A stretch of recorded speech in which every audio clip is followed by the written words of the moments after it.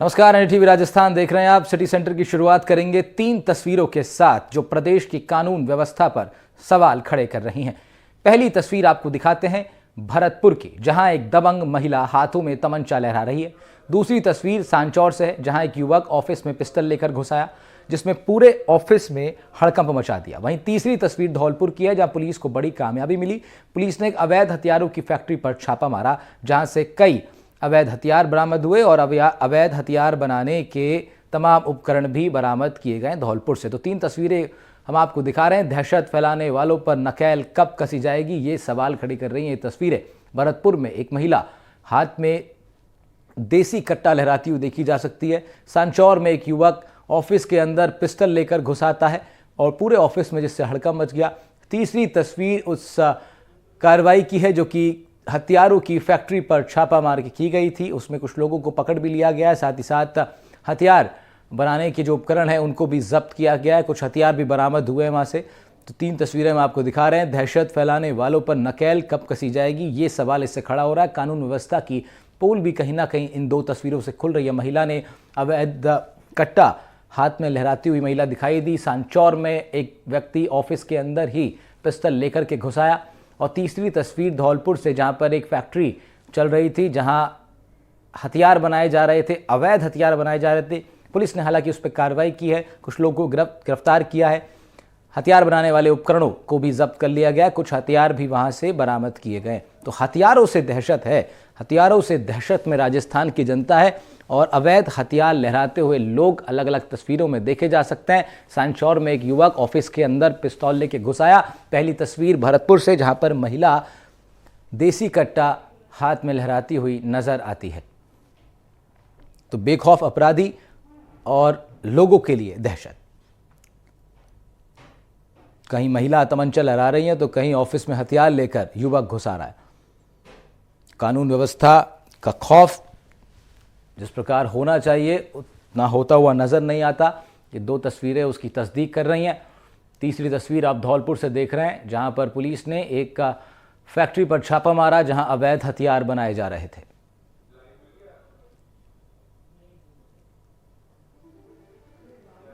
तो दहशत फैलाने वालों पर नकेल कब कसी जाएगी, ये एक बड़ा सवाल है। पुलिस हालांकि अपनी तरफ से तमाम कोशिशें करने का दावा कर रही है, लेकिन उन तमाम कोशिशों के बावजूद कानून का भय लोगों के अंदर स्थापित नहीं हो पा रहा है। उसी का नतीजा है कि भरतपुर में एक महिला हाथ में देसी कट्टा लहराती हुई नजर आती है। सांचौर में एक युवक पिस्तौल लेकर ऑफिस में घुस आता है। धौलपुर में अवैध हथियार बनाने की फैक्ट्री चल रही थी। तो कहीं महिला ने तमंचा लहराया तो कहीं ऑफिस में हथियार लेकर युवक घुस आया।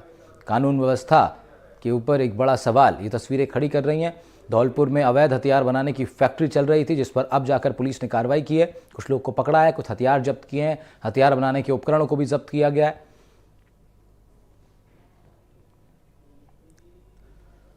तो भरतपुर में एक जमीन विवाद को लेकर महिला तमंचा लहराती हुई नजर आती है। पहली तस्वीर जो हम आपको दिखा रहे थे वो भरतपुर से थी, जहां जमीन विवाद को लेकर एक महिला तमंचा लहराती हुई नजर आई। बताया जा रहा है कि महिला ने 20 साल से जमीन पर कब्जा कर रखा है। असली मालिक ने जब जमीन पर निर्माण करवाने के लिए वो जब पहुंचा तो महिला ने गाली गलौज की। इस दौरान महिला ने अपने घर से देसी कट्टा लिया और हवा में लहराकर दूसरे पक्ष को डराने की कोशिश की। मामला कोतवाली पुलिस थाना इलाके के सुभाष नगर कॉलोनी का है।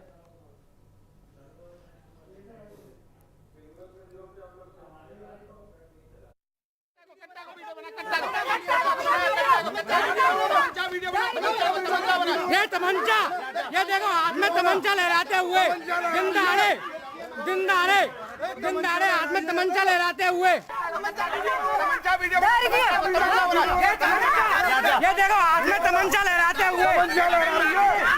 हुए। आप देख सकते हैं किस तरह से महिला हाथ में तमंचा लहराती हुई लोगों को डराने धमकाने की कोशिश की गई। भरतपुर से तस्वीरें थी। हमारे संवाददाता ललितेश हमारे साथ जुड़ रहे हैं इस खबर पर ज्यादा जानकारी के साथ। ललितेश, क्या है ये पूरा मामला जिसमें एक महिला को हम देख सकते हैं हाथ में तमंचा लहराती हैं, वो नजर आती हैं और आसपास के लोगों में चीख चिल्लाहट भी सुनी जा रही है? देखिए बिल्कुल राहुल, ये मामला कल शाम का है। बताया जा रहा है कि महिला ने एक व्यक्ति के प्लॉट पर 20 साल से कब्जा कर रखा है और कब्जे के चलते महिला ने जब जिस प्लॉट का असली मालिक है वो अपने मकान को बनवाने के लिए वहां पहुंचा, प्लॉट को चार दीवारी करवाने के लिए जब वो पहुंचा तो महिला ने दबंगई दिखाते हुए गाली गलौज शुरू कर दी और महिला अपने घर से देसी कट्टा ले आई। और जैसा कि बताया भी गया है कि महिला ने देसी कट्टा लहराया नहीं बल्कि फायरिंग भी की गई थी और फायरिंग के बाद में पथराव भी किया गया। वह मौके पर जो लोग मौजूद थे और जो पीड़ित परिवार था उसने वीडियो बना ली। वीडियो जैसे सोशल मीडिया पर वायरल हुई तो कोतवाली थाना पुलिस मौके पर पहुंची और बताया गया कि पुलिस ने मौके पर पहुंच के महिला के घर की तलाशी भी ली, लेकिन अभी तक देसी कट्टा बरामद नहीं हुआ है। पुलिस में मामला दर्ज भी हो गया है। पुलिस ने महिला के खिलाफ 307 का मामला दर्ज कर लिया है। जो एसएचओ है वो बता रहे हैं कि महिला के पूरे घर का अभियान सर्च अभियान चलाया गया लेकिन देसी कट्टा बरामद नहीं हुआ है। आगे महिला से पूछताछ की जाएगी और उस कट्टे की बरामदगी की जाएगी। तो ललितेश, क्या पुलिस ने महिला को थाने बुलाया? क्या कोई कार्रवाई इस तरह की गई? महिला से जांच पड़ताल की गई है क्या अब तक? बिल्कुल राहुल, महिला को कल शाम को हिरासत में ले लिया था। दोनों पार्टी के लोगों को हिरासत में ले लिया था। महिला सहित 8 लोगों को हिरासत में लिया था। महिला से देसी कट्टे के बारे में जानकारी की गई है तो लेकिन अभी महिला ने बताया नहीं है, जबकि एसएचओ कह रहे हैं कि महिला से पूछताछ की जाएगी। जो पीड़ित परिवार है उसकी ओर से मामला दर्ज करा दिया गया है। पुलिस ने 307 का मुकदमा महिला के खिलाफ दर्ज कर लिया है। ललितेश, पीड़ित परिवार का क्या पक्ष है? पीड़ित परिवार की ये जमीन जो बताया जा रहा है कई सालों से इस महिला के पास थी, तो पीड़ित परिवार ने क्या ये जमीन उनके गांव में थी जो खाली छोड़ रखी थी, या क्या कुछ पक्ष जो है पीड़ित परिवार का सामने आया है? देखिए राहुल, बिल्कुल ये दोनों जो परिवार हैं, पीड़ित और आरोपी परिवार, दोनों काफी गहरे संबंध रहे हैं इनके और एक ही गांव के बताए गए हैं। जो पीड़ित परिवार है उसने इस महिला के लिए फिलहाल वैसे ही जमीन दे रखी थी कि आप शहर में रहते हैं, आप जो भी है आप पशु वगैरह बांध सकते हैं, लेकिन 20 साल ये पुराना मामला है। जो आरोपी परिवार है उसकी नीयत बदल जाती है, उसके मन में लालच आ जाता है, तो इसके चलते वो जब असली मालिक है वो प्लॉट की 4 दीवारी करने के लिए पहुंचता है तो महिला के द्वारा दबंगई दिखाते हुए और उसको धमकी दी है कि ये प्लॉट तो मेरा है, आप कुछ भी कर लें। और ये भी बताया गया है कि महिला के द्वारा पहले गाली गलौज की गई, फिर पथराव किया गया और देसी कट्टे से उन्हें डराया भी गया। तो क्या ललितेश, पुलिस ने अवैध कब्जा करने के आरोप में भी महिला पर मुकदमा दर्ज किया है? देखिए, अभी जो एसएचओ है वो बता रहे हैं कि महिला के खिलाफ दोनों तरह के मामले दर्ज हुए हैं। जो पीड़ित परिवार है उन्होंने पूरे जो कागजात है वो पुलिस को सौंपे हैं, उनके नाम वो जमीन है, तो महिला के खिलाफ फर्जीवाड़े का और ये जो एक तरह से कह सकते हैं कि जो ये दबंगई दिखा रही है, अतिक्रमण उनके मकान को अपना बना रही है प्लॉट को, तो इसके खिलाफ भी मुकदमा दर्ज किया गया है और 307 जो देसी कट्टा है उसको लेकर के 307 के खिलाफ भी मुकदमा दर्ज किया गया है। जी राहुल। ठीक है ललितेश, बहुत बहुत शुक्रिया आपका तमाम जानकारी के लिए। भरतपुर से हमारे संवाददाता रिपोर्ट कर रहे थे। अब खबरों में आगे बढ़ेंगे, बात सांचौर की करते हैं। यहाँ उस दूसरी तस्वीर की बात होगी जो हमने शुरुआत में आपको दिखाई। सांचौर जिले के साकर डिस्कॉम ऑफिस में उस वक्त हड़कंप मच गया जब एक युवक दफ्तर में पिस्तौल लेकर पहुंच गया, जिससे कर्मचारियों में दहशत फैल गई। सांकर डिस्कॉम ऑफिस का वीडियो सोशल मीडिया पर वायरल हो रहा है। कर्मचारियों ने सांचौर थाने में मामले को लेकर शिकायत भी दर्ज करा दी है। फिलहाल पुलिस आरोपी की पहचान में जुटी हुई है। तस्वीरों में आप देखिए किस तरह भौचक्का रह गए सभी लोग जब उन्होंने देखा कि एक युवक ऑफिस में पिस्तौल लेकर के घुसा है। साकर डिस्कॉम ऑफिस की ये तस्वीरें हम आपको दिखा रहे हैं, जहां पर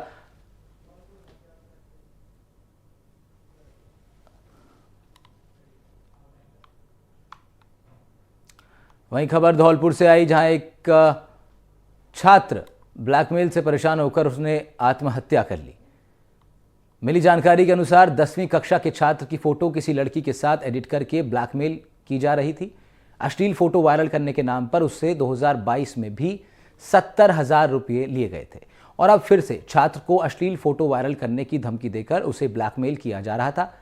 मृतक के पिता के अनुसार पहले पुलिस से शिकायत की गई, लेकिन आरोपियों के खिलाफ कोई कार्रवाई नहीं हुई, जिससे आरोपियों का मन बढ़ गया और एक दिन घर में जबरन घुसकर लूटपाट की गई। नकदी के साथ ही 5 लाख रुपए के जेवर लेकर वो फरार हो गए। वहीं मामले की जानकारी पुलिस को होने पर शव को कब्जे में लेकर पोस्टमार्टम कराया गया। शव के पास मिले सुसाइड नोट के आधार पर आरोपियों के खिलाफ जांच पड़ताल की जा रही है।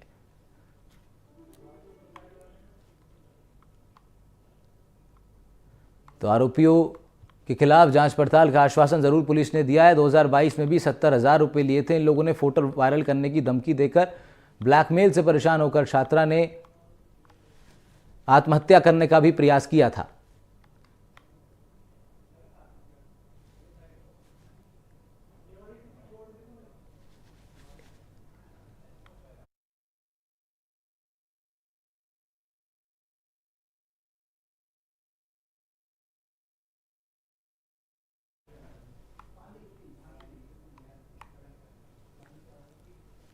उधर पाली में साइबर क्राइम के आरोप में 2 आरोपियों को गिरफ्तार किया गया। आरोपियों के पास से फर्जीवाड़ा करने के उपकरण भी बरामद हुए, जिसमें मोबाइल, कई सिम कार्ड, अलग अलग बैंकों की डायरियां, चेकबुक, साथ ही फर्जी प्रतिष्ठान की रबर स्टाम्प और उससे जुड़ी कुछ सामग्री बरामद हुई है। साथ ही आरोपी के बैंक खाते से करोड़ों के ट्रांजैक्शन का सबूत भी मिला है। दोनों आरोपियों से पूछताछ की जा रही है। पूछताछ में गिरोह की और सदस्यों का भी खुलासा हो सकता है। फिलहाल पुलिस जांच में जुटी हुई है, तो गिरोह के और भी सदस्यों का खुलासा करने के लिए भी पुलिस प्रयासरत है। दोनों आरोपियों से जांच पड़ताल हो रही है। साइबर क्राइम में इन दोनों आरोपियों को पुलिस ने गिरफ्तार किया था।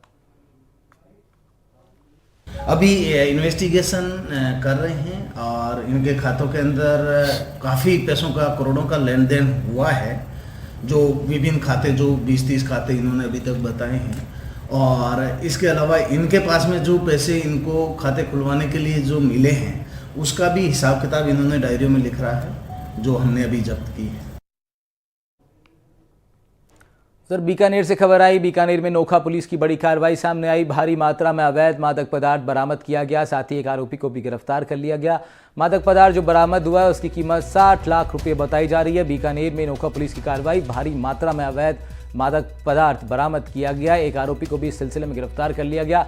साथ ही 60 लाख रुपए कीमत बताई जा रही है इस पूरे नशीले पदार्थ की। डूडी स्टेडियम के पास दबिश देकर पुलिस ने गिरफ्तार किया है। 3 लाख रुपए से ज्यादा की नकदी भी बरामद की गई है आरोपी के पास से। तो बीकानेर में नोखा पुलिस की बड़ी कार्रवाई सामने आई है। भारी मात्रा में ड्रग्स बरामद किए हैं। 60 लाख रुपए कीमत के ये ड्रग बताए जा रहे हैं। इस सिलसिले में एक आरोपी को भी फिलहाल पुलिस ने गिरफ्तार कर लिया है। साथ ही 3 लाख रुपए से ज्यादा की नकदी को भी उसके पास से जब्त कर लिया गया है। डूडी स्टेडियम के पास दबिश देकर पुलिस ने इस कार्रवाई को अंजाम दिया, जिसमें 60 लाख रुपए से भी ज्यादा कीमत का ड्रग बरामद किया गया है। 3 लाख रुपए कैश भी बरामद किया गया। एक आरोपी को गिरफ्तार किया गया इस पूरे सिलसिले में।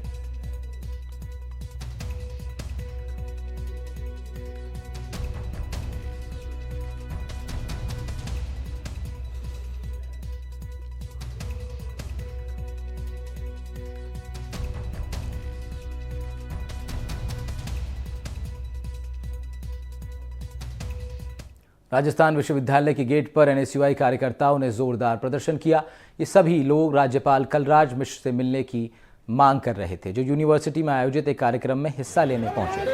प्रदर्शनकारियों को रोकने में पुलिसकर्मियों के पसीने छूटे। हालांकि कुछ ही देर बाद पुलिस को सफलता मिल गई, लेकिन काफ़ी मशक्कत उनको करनी पड़ी। उस दौरान उन्होंने एनएसयूआई कार्यकर्ताओं को डिटेन कर लिया। इस दौरान कुछ वीडियोस भी सामने आ रहे हैं जो सोशल मीडिया पर भी खूब वायरल हो रहे हैं। बताया जा रहा है कि यह प्रदर्शन एनएसयूआई प्रदेश प्रवक्ता अमरदीप परिहार के नेतृत्व में चल रहा था।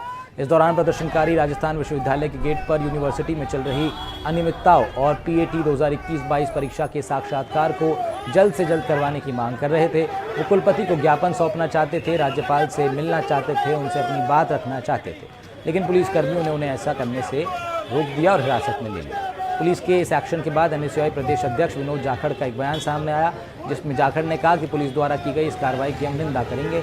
इसके साथ ही आंदोलन को बड़े स्तर पर करने का भी ऐलान किया गया।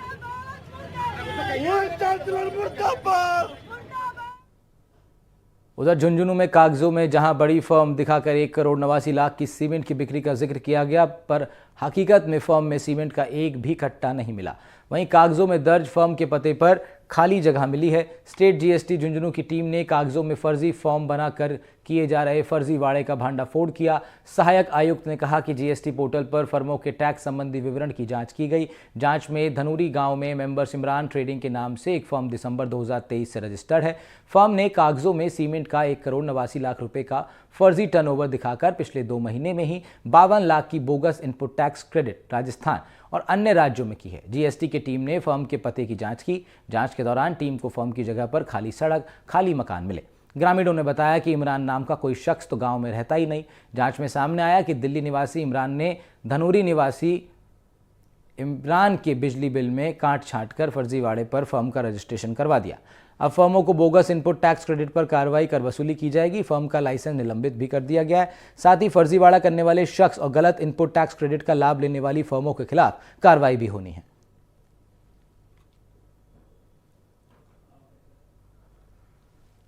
एसजीएसटी विभाग के जॉइंट डायरेक्टर और सीटीओ की अगुवाई में स्क्रैप कारोबारी सनी जैन के ठिकाने पर छापेमारी की गई।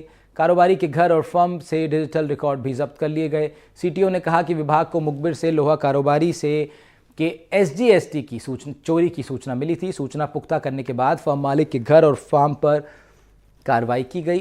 कार्रवाई में डिजिटल रिकॉर्ड मिले हैं। रिकॉर्ड की पड़ताल करने के बाद आगे की कार्रवाई की जाएगी। केसरगंज ज्ञानोदय इलाके में कारोबारी के घर और नाका मदार इलाके के फर्म पर यह कार्रवाई की गई। इस दौरान घर में लगे सीसीटीवी फुटेज की वीडियो रिकॉर्डिंग्स भी जब्त कर ली गई हैं।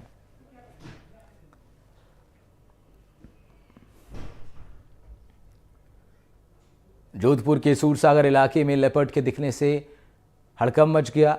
अधिकारी सतर्क हो गए। लेपर्ड की तस्वीर सीसीटीवी में कैद हो गई। लेपर्ड को पकड़ने के लिए वन विभाग और पुलिस की टीमें जुट गई हैं। उधर बालसमंद इलाके में लेपर्ड का फुटप्रिंट भी मिला है।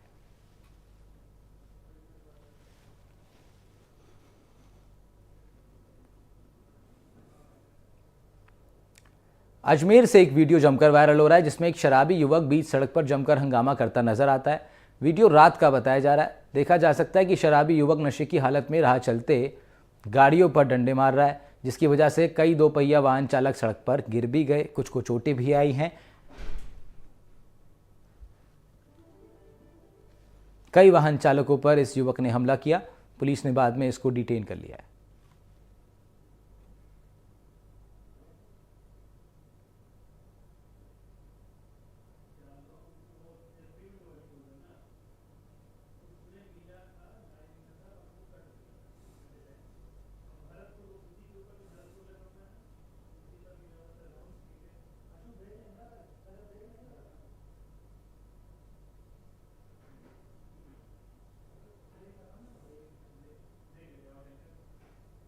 लोकसभा चुनाव से पहले भजनलाल सरकार पेट्रोल डीजल के दाम कम करके प्रदेशवासियों को बड़ी सौगात दे चुकी है।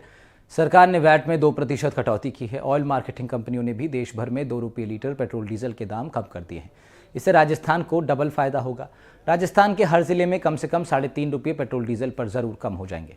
राजस्थान में अब 31.4% की जगह 29.4% वैट लगेगा।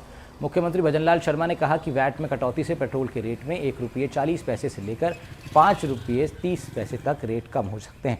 डीजल के रेट 1 रुपये 34 पैसे से लेकर 4 रुपये 85 पैसे तक कम होंगे। अभी तक राजस्थान के अलग अलग शहरों में पेट्रोल डीजल के रेट अलग अलग थे। भजनलाल सरकार के फैसले के बाद अब हर जिले में एक ही रेट होगा। नई कीमतें आज सुबह से लागू हो गई हैं। वैट में कमी आने के बाद राज्य सरकार के ऊपर 1500 करोड़ रुपए का भार आ जाएगा।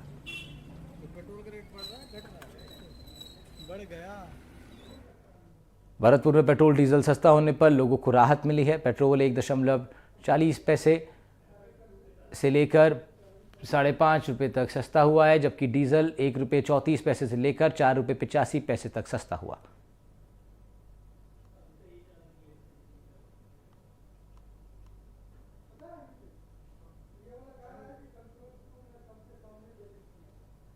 पेट्रोल डीजल के दामों में अब कमी हो गई। जयपुर में पहले 108.48 रुपये लीटर था, अब 104.86 पैसे हो गया।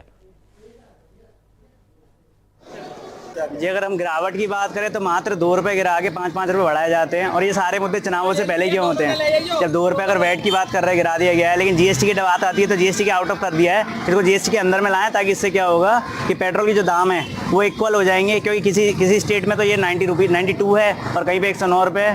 तो जैसे राजस्थान में अगर इसको कम कर दिया जाए, बराबरी से कम कर दिया जाए, ताकि आम लोगों को राहत मिलेगी। बस मैं यही चाहूँगा कि 2 रुपये गिराने से कोई फ़ायदा नहीं हो रहा। अगर गिराने हैं तो जीएसटी के अंदर लाएं, ताकि इक्वल हो जाए सब जगह। वन नेशन वन टैक्स की बात करते हैं, वन नेशन वन इलेक्शन की बात करते हैं, तो एक ही दर को कर दिया जाए ताकि ये चीज़ें समान हो जाए। देखो सरकार ने बढ़िया ही किया है, जो अच्छा किया उन्होंने जो सोचा है वो बढ़िया किया है, और उनको लाभ भी मिलने वाला है।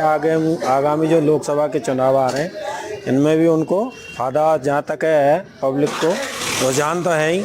और यही पब्लिक सोच रही थी कि हमारे लिए कुछ राहत मिले। राहत में डीजल पेट्रोल की ज़्यादा वो है, यूपी से भी लाते थे ये, लेकिन अब कुछ ऐसा है खिलावट दिख रही है चेहरों पर, और वो अपने यहीं से ही और डीजल पेट्रोल ज़्यादा आज कुछ ज़्यादा ग्राहक देख रही है। ऊँट के मुंह में जीरा और केवल चुनावी स्टंट, इसके अलावा कुछ नहीं है। जिस प्रकार से बीजेपी ने बात किया था कि कांग्रेस ऐसा करिए, वेट नहीं हटा रही है, अब वो आ गई है पूर्ण रूप से सत्ता में, दोनों जगह है ही है, फिर कहाँ ऐसा चीज़ है। तो ये कोई नहीं, ये लोग लुभावने चुनावों के अवसर बुलाने का है इनका। और अगर पब्लिक की पीड़ा समझनी है तो वास्तविकता में कर दो वेट कम, मंत्रियों के खर्चे कम कर दो, सीधा सा यही है, इसके अलावा और कुछ नहीं है। मैदान पे आइए, मैदान पे देखिए वास्तविकता में कितना सारा प्रॉब्लम है। केवल ये चुनावी वायदों को भूलिए और प्रैक्टिकली दिल्ली सरकार जैसा काम करती है ना, ऐसे करिए। दिल्ली सरकार में कुछ कमियां होंगी, लेकिन आप उन कमियों को हटा दीजिए, साथ में हो जाएगा सब काम। आज हमारे मुख्यमंत्री जी द्वारा करीबन पेट्रोल पे 5 रुपये और डीजल पे 4 रुपये 85 पैसे कम हुआ है। हम उनके लिए सराहनीय कार्य बताएंगे। हमारे लिए बहुत सहानुभूति हुई इससे, क्योंकि हमारे पड़ोसी राज्य उत्तर प्रदेश में भी हमारे यहाँ से बॉर्डर करीबन 10 किलोमीटर है, उस पर भी करीबन 10 रुपये प्रति लीटर के कम हिसाब से मिलता है। ये लिए हमारे लिए बहुत बेनिफिट की बात है। हम सब जानते हैं कि पेट्रोल डीजल पे जो वैट चल रहा है अब से ज़्यादा है, बहुत हाईएस्ट है। दूसरी बात ये कि 5 रुपये बढ़ाना और 2 रुपये कम कर देना, ये एक चुनावी स्टंट और कुछ नहीं है। इससे इनको लगता है कि जनता को ये अपनी ओर आकर्षित कर लेंगे और इसका ज़्यादा फ़ायदा मिल जाएगा, पर ऐसा है नहीं है। महंगाई अपने चरम पर है, ऐसा कि आप सब जानते हैं, और इससे कोई फ़ायदा आई थिंक ज़्यादा रहेगा नहीं, इसका इम्पैक्ट ज़्यादा रहेगा नहीं मेरे हिसाब से। तो ग्राहक ठीक ठाक आ रहे हैं और भी बढ़ोतरी हो रही है पंपों पे ज़्यादातर, और आ रहे हैं जा रहे हैं और खुशी भी हैं कुछ। पहले यूपी जाते थे लोग ज़्यादातर यूपी जाते थे क्योंकि पेट्रोल के दाम कुछ बढ़े थे, अब कुछ कम हुए हैं। तो पेट्रोल डीजल के दाम घटने के बाद मिले जुले रिएक्शंस देखने को मिल रहे हैं। फिलहाल इस बुलेटिन में इतना ही। नमस्कार।